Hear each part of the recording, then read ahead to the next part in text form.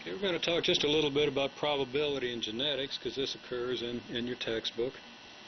I assume you know a little bit about genetics. We have dominant genes represented by big R, recessive gene by little r. The first example is a red flower and a white flower.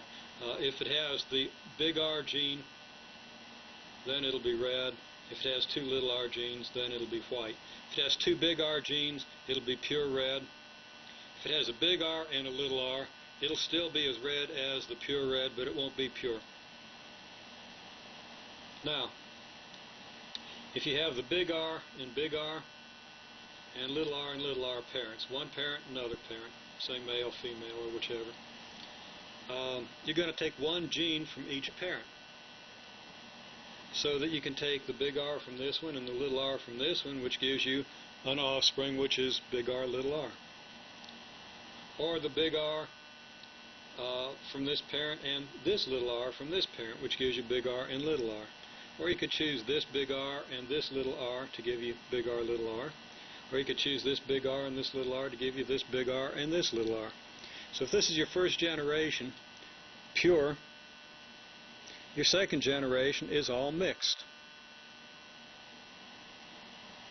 Again, if big R is a dominant trait like red pea flowers as opposed to white, then the offspring will all look red. They'll all look just as red as this one, but they'll all be mixed.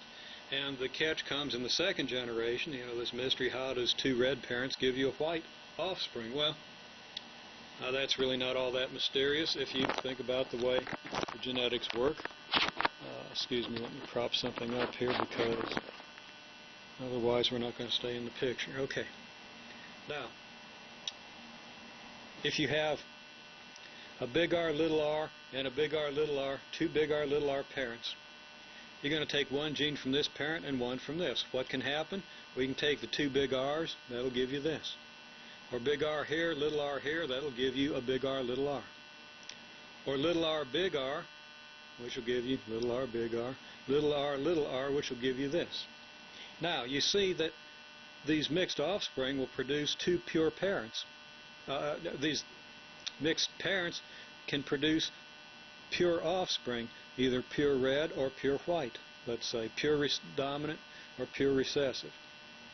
Or they can produce mixed offspring. So in the third generation, we have all these possibilities with equal likelihood. Two of the possibilities will be mixed. One possibility will be pure little r. One possibility will be pure big R. The second table, table 2 in your text, shows you the same thing